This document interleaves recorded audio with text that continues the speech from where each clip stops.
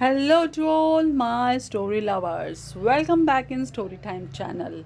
Today I'm reading chapter number 15, Foot in the Mouth, written by the great Sudha Murty and taken from the book The Day When I Stopped Drinking Milk. Now let's go through it. Savitri was a lecturer, a colleague of mine during my teaching days. She was sharp and came from a rich background. She loved to spend her time gossiping about people instead of doing any constructive work. All our colleagues knew about her nature, and as an inside joke, the teachers called her Savitri G, where G stood for gossip. People who did not know her realized very soon that she had a knack of creating news out of nothing. After that, they avoided her, and in the end, Savitri was always lonely. So she was always on the lookout for people who would sit with her and gossip. One day, I accidentally ran into her in the college canteen. Before I could go to the other way, she saw me and caught hold of my hand so tightly that even Superman could not have loosened the grip. I did not want to create a scene in front of my students, who consider us the role models. So we settled down at the table for a cup of coffee. Almost immediately, the college bell rang for the next class. I wanted to get out of her clutches, so I lied and said, Savitri, I have a class now. I will see you later. I got up. She asked, which class are you taking and in which room? Lying spontaneously is not my strength, and when we lie, we have to remember the untruths we have fabricated. It is hard work to lie. I said the first thing that came to my mind, room number 207. Which class? She asked. I replied, first year MCA students. Smiling victoriously, she said, learn how to lie properly. Today, the first year MCA class has gone on a picnic with their class teacher Ganesh. I was still trying to escape her clutches, and I said, sorry, I mean second year MCA.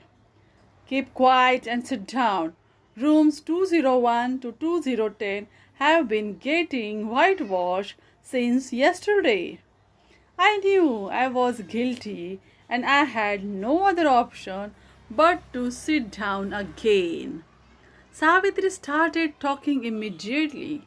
I felt as if she had been in solitude for months and had found listener after a long time. What is the latest news? Well, there is this latest scam. Also, there is so much traffic in Bangalore. Sarcastically, Savitri replied, I also read newspapers and see TV, you know. I wasn't talking about that kind of news. She paused, then continued. Have you heard the rumors about Anusuya?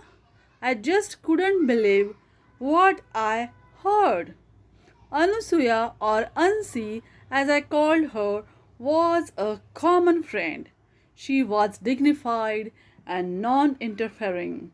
I was a little worried when Savitri started talking in hush hush manner about her. I asked, why? What happened to Ansi? Do you know that? There is some problem in her marriage. Ansi and Girish are separated. How do you know that? Whenever I call Ansi, she always says that her husband is abroad or traveling. Tell me, isn't that unusual? No, it isn't. Girish is in a senior position at work and he has to travel a lot. What is wrong in that? And whenever you might have called, he must have been traveling. I met Girish only yesterday. Oh, really? Who was with him? Savitri shot questions at me like a detective. He was at the Taj West End with one of his lady colleagues. I saw that Savitri was bubbling with excitement. I regretted that words the moment they came out of my mouth. I did not want to give Savitri any more ammunition. Well, don't stop. How old was she? I didn't ask for her birth certificate. Now I was really annoyed at myself and at her. Cool down. Was she in her mid 20s or in her 30s? I don't know. Girish had a business meeting and there were many people around them. I didn't find anything amiss. Don't you attend seminars with our male colleagues? How would you feel if someone talked about you like that? Savitri, please let us not gossip. But she was not listening to me at all. She continued as if I had not said anything. These days, with makeup, even a 45-year-old woman looks like she's 25. So maybe that's why you weren't able to guess her age. If I were you, I would have rightly guessed it and immediately informed Ansi to take care of her husband. Cautioning people is also a form of social work. Anyway, you won't understand.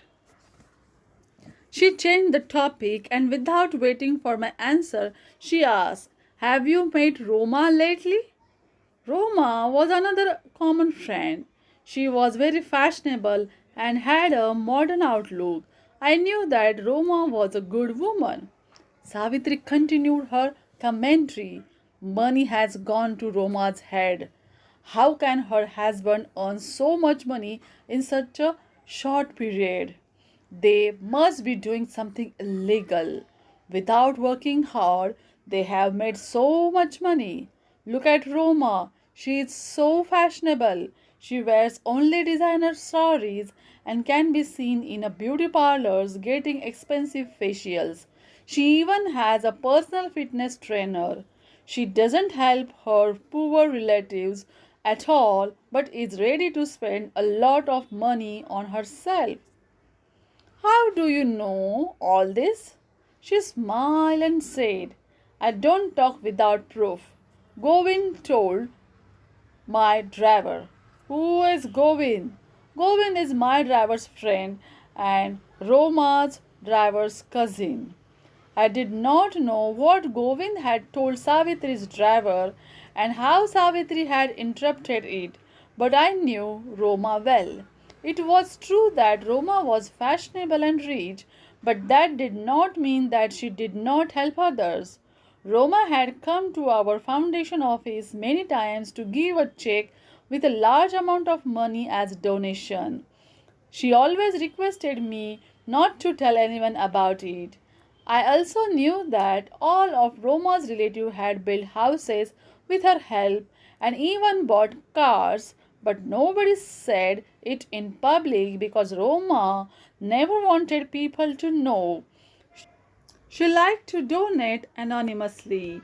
We should never judge a person from the outside.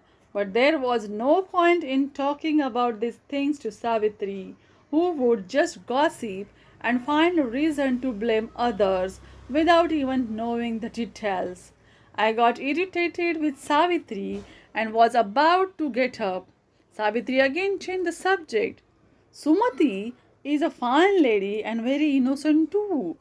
I consider innocence and ignorance the same. What do you think? Sumati was very calculative, shrewd, and not a reliable friend. Sumati's own sister had told me many stories about her. They said that she pretended to be very simple and behave as if she was very innocent and principled. She was working in a government department and had been suspended once because she had been caught engaging in malpractice. Thankfully, the bell rang, and I was glad that this 1 hour was over. I got up and firmly said, Savitri, don't judge a person by their looks or from rumors. Looks can be deceptive. It is not that all rich people are bad, and neither is it true that all simple looking people are innocent. Ignorance is different from innocence. Ignorance is a lack of knowledge, but innocence is about trust and believing other people. A child is always innocent, but we adults are ignorant and hardly innocent. Savitri, gossip is bad and spoils many families. When you talk about somebody, remember that someone somewhere is also talking about you. People might like to hear gossip to pass time, but everybody dislikes gossip monger. Eventually, they want to keep such people at a distance. Even as I said the words, I understood that they would not get into Savitri's head. She was now looking at our colleague Kamla, who was settling down with her cup of coffee at a table near us. Without even bidding my goodbye, Savitri got up and moved to Kamla's table. I knew that I would be the next target in her gossip session. I had put my foot in my mouth. This is the Sudha Murty's experience. Do you like it? Then tell me in the comment box and share with your friends. Thanks for watching, guys.